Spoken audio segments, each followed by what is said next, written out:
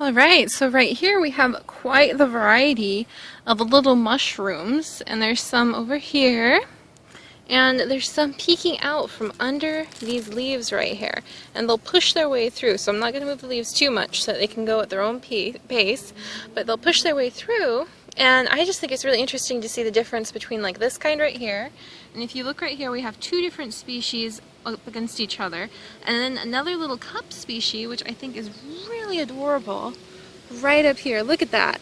I mean, look how cute they are. I really love the look of all the different varieties of mushrooms, and there's hundreds and hundreds of species. They're very easy for them to propagate and spread around, and for changes to get spread. Oh, and look at these guys. They're like little crumpled ear versions. Oh, that's so cool.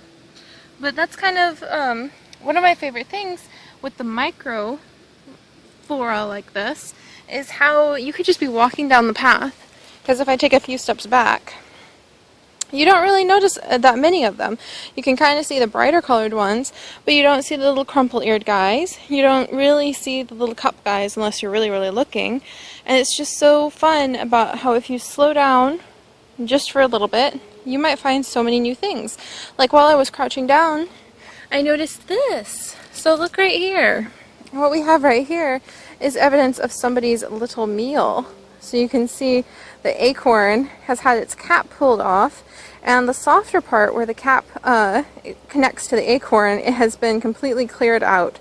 So this acorn was never meant to be a tree. It has become some happy squirrel's meal, even though it's still a little green acorn. That's really adorable, actually. That's so cool. But we're going to continue down the trail, and we're going to see what we can find to share with you guys. Oh, look at the big beautiful pine tree! It's so pretty, and it has a burl. So these are normally caused by just like, they're kind of a cancerous growth on a tree, basically. A mutation of the cells and the cell wall that just cause these burls to grow. And they don't really harm the tree per se, to my knowledge, but you'll actually find that people want to cut them off and make bowls and things like that out of them. So the bigger the burl you get, the more valuable it becomes as kind of a trade product, to be able to make a little bowl out of it and sell it as kind of a craft thing. And you see that a lot around here. I've seen it quite a bit in the Appalachian Mountains. And then look at the size of this bark. That's just fantastic. Oh, that's fantastic. It's huge. It's bigger than my hand. It's bigger than my hand. I love that. It's all the little things, and you can see all the layers to the bark. Oh, it's so nice. And then right here you can see where a little woodpecker gave it a good go, but didn't have much success in trying to peck its way in to get any bugs that might have been hiding inside the bark there. Oh, that's so cool. Oh, and it feels so neat, and the pieces are just so thin right there that make up the bark. Oh, how fun. He looks really happy where he's at. How big do you think he is? Gigantic. Oh, I don't know if I want to get too close, because he has kind of like a funnel thing. It looks like he's more of a rush and grab sort of guy. Yes, he does. So, we have found... I didn't know you grew spiders this big in North Carolina. We found a big burl. Again, there's my hand. So it's like, oh, you know, 2-3 times the size of my hand. For the opening of this tree. And inside, because I'm not going to get too close, this is one of those moments where I really wish I had a better vlog camera, because I could give myself some distance from the animal versus the other way. But there's a big giant spider. You can see the bottom part of the spider there, the legs arching up here. Here's the front of it. It's huge.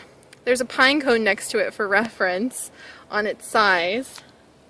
Can I get a little glimpse of what you look like, my friend? Yeah, don't jump out at me, please. I think I will drop the phone and run so fast. Oh, it's huge! But he looks very, very happy, completely content to curl up in his little hole right here. What's really interesting about this to me, too, is that that's filled with pine cones, and if you follow it down, this is filled with pine cones, too. And I can't help but feel that, like, that's either chance from pine cones falling from the trees and landing in there, or some kid just stuffed this thing full of pine cones as time went on. Alright, I'm going to try to be a little bit brave. All of the things I do for you guys. I mean, I'm not scared of spiders, but you know, you just wouldn't appreciate this guy jumping out at you. You can't really see him that well, can you, no matter what we do? But there he is, you guys. There's big giant Mr. Spider hanging out in his home. And we're gonna leave him be right where he is, so he can eat small children and birds. A little frog at the base of the tree. Base of the tree. Oh, there he is! Oh, I haven't seen one of those varieties in years! Oh my goodness! You are like the luckiest of lucky charms, my love. Hi, baby. Oh, he's precious. He's so tiny. I think he's only about as big as a quarter. Come on, focus, focus. Oh, look at you. Look at you. We're gonna have to look up what species this is, my love. No.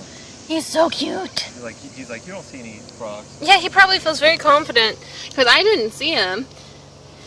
But when you said frog, I was like looking for something green. Hi, buddy. He still doesn't care. Look at him. Wow. He really doesn't care that I'm right here on his rump taking pictures. Hi. Oh my gosh, well I won't hold him. Oh, there we go. Because that would be very rude. Oh, he's so chunky. Do you see how chunky he is? Yeah. I love him. Oh, good eyes, my darling. I love this place. It has cool mushrooms. Alright, snake check. Very carefully walking. Look at him. Look at it. Oh, it's amazing. Oh, the coloring, and you can see where squirrels have been nibbling on them. Again, here's my hand for reference on the sizing. Oh, that's just so cool. I love these mushrooms. And there's such a great variety here because it's very wet, warm weather. Oh, look at him. It really looks like some squirrel has just sat down here and chomped on him until he was too full to keep going. You can see a very, very tiny little mushroom down here. There's some orange ones over there. Oh, but this guy's so cool. We are finding so many awesome things here. We just need to see if we can find some more animals and hopefully not a copperhead. So I'm going to very carefully get back on the trail. We've got quite a few lovely ferns again. Beautiful ferns, and this is a very moist area because it has a little creek that runs through it during part of the year. It's dry right now, but I imagine it fills up when it's a little wetter. And you can see a lot of mushrooms on this tree up here, and there's a nest up there. You can see more ferns over here, and then if we come back up here and look up, there's somebody's little nest up in that tree, which is so fun. Nobody seems to be home right now, so no critters, but we did just see a woodpecker a second ago. And he flitted off before we could get a good look at him though, but we'll get good at IDing these things. There's a pair of tiny little beady eyes staring at us from this little crook in the tree. And actually... Was that him? Who just made that noise? No. And actually, it's a little frog. And it's really hard to see. Oh, darling, your light is perfect for this. Oh, look at him! Oh, he's so freaking cute! So this guy is much bigger. He's not tiny like the tiny frog we saw earlier, and he seems very cranky that we have found his little night or daytime hiding spot. But he's very cool looking. So he's hiding right inside that tree. And the way I saw him was he has a big old giant hole on the top of the tree. I looked down and saw something, so you can't even see in there now, but it was our little frog friend. So that's right on the trail, and it's another great example of the little hidden world where if you slow down and look carefully, you might find something really cool.